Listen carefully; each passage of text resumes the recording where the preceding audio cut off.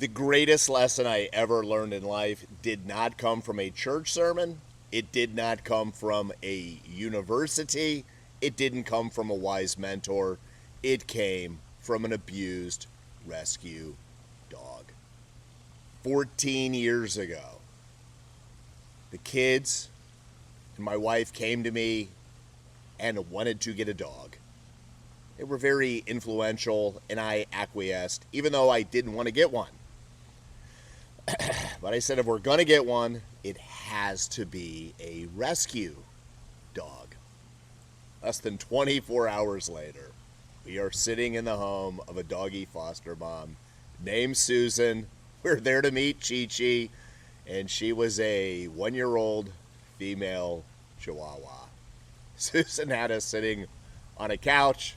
We were bent over, our arms were dangling, we looked kind of like elephant snouts, and I admittedly was getting kind of excited. I was expecting Chi Chi to come running in, but she didn't. She kind of came in like, elbows and paws. Fate would have it, she came over to me. I raised my hand to pet her. She shrieked in sheer terror, rolled on her back, had an accident all over herself. Susan spoke up and said, when you raised your hand to pet her, she was waiting for you to hit her, like her previous owner had, 1,000 times. She had been a impulse purchase at a pet store by a wealthy family who had, in fact, confessed to abusing her before surrendering her. I cried, wife cried, kids cried, we all cried.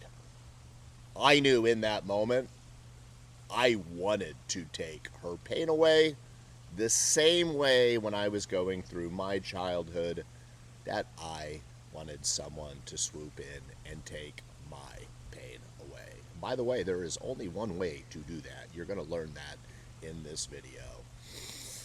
It was then that Susan gave us what I call the promise.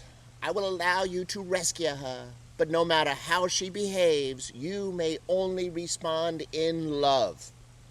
Yeah, I'm kind of a dorky guy, and I love the whole one instruction thing, and signed us up. And we began our lives together, and we did indeed shower Chi Chi with lots and lots of love. Toys, beds, all of these things. Well, in the background, I had not known that my wife's father had gotten her addicted to drugs when she was 12 or 13. And he had called her and wanted bailed out of jail. And her last words to him were not things I can say on TikTok.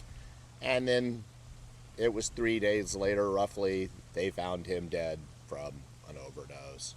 And then that spiraled her into an addiction I had never known about. I'd never been addicted to anything. It was all foreign, scary territory for me. And I did my best to love her like I was loving Chi Chi. And it was a very painful segment of my life because for a long time I thought my love wasn't enough, because despite full court pressing my wife with love, the addiction won out. And now suddenly, I'm like, how did this dream life go away so quickly? And then I'm about to hit my 40th birthday. And Chi Chi had not been able to reciprocate the love at all. Like, I'd take her for walks, I'd talk the puppy talk to her, but there was nothing. She'd just usually shake, have an accident, and now, because of my work schedule, I've got to take her to work in her carrying purse, and when I would bring her to work, she would just hide and cower under the desk. People would periodically come look under the desk, and it just made her nervous. But on the morning of my 40th birthday, I made it into the second floor office suite, and I would get to work at about, 5 o'clock in the morning. For first client Charlie came in about 5:30, and my legs buckled. under the weight of immense grief. I mean, had a lot of counseling ultimately over this, and they said I was grieving at a level of a parent who had lost their child. And I was laying there and crying. Chi Chi was staring at me from the mesh of the purse. Inevitably, people will ask me to put a picture of her in here. You'll see she has really big brown eyes. And I was just like, you know, what do you want? Out of here? And, that morning when I had found her, she knew my terror. She was shaking and cowering in her own excrements. I mean, I had a moment where I'm like, almost broke the promise, but I could hear Susan's voice in my head, and we've got to keep our promises. And I unzipped her out of that purse, man. And it's got to be like when Lazarus was brought back from the dead by Jesus, because that dog jumped out and started licking my face. And then she would like lick her face, and she had this little tail, and it was like, nee. And then she would bang her head into my chest, and back to the face and licking. And I finally found a smile, and I got up holding her, and Charlie walked in, and he's like, "Is that the dog?" And I'm like, "It's a long story."